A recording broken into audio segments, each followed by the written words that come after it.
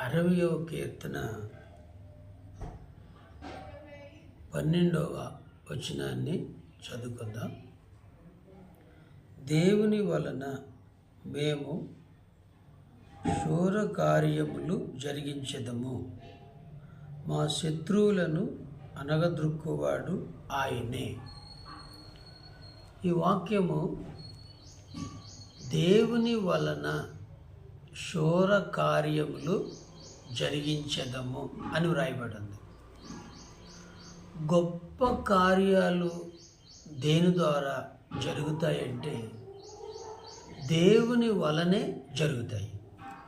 ఈ బైబిల్ గ్రంథంలో గొప్ప భక్తులు దేవుని ద్వారా, దేవుని యందు విశ్వాసము ద్వారా అసాధ్యమైన కార్యాలు చేశారు. నోవాహు ఒక గొప్ప ఓడ కట్టాడు.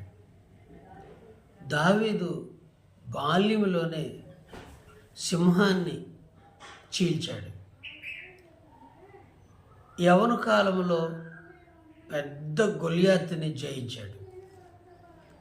దానియేలు సింహాల బోన్లో ఉండి సింహాల నోళ్ళు దేవుని ద్వారా మోయించాడు.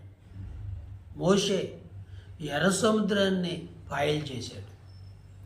యెహోషువ 31 రాజుల మీద గొప్ప జయాన్ని చూడగలిగారు. కాబట్టి దేవుని కార్యాలు మనం చూడాలంటే సుశక్తి చేత, సుబలం చేత, సొంత జ్ఞానం చేత గొప్ప కార్యాలు చేయలేం. దేవుని వలనే గొప్ప కార్యాలు చేయగలరు. కాబట్టి దేవుని మీద ఆధారపడుతూ దేవుని వైపు నువ్వు చూడగలిగితే నీ ద్వారా దేవుడు గొప్ప కార్యాలు చేయిస్తాడు.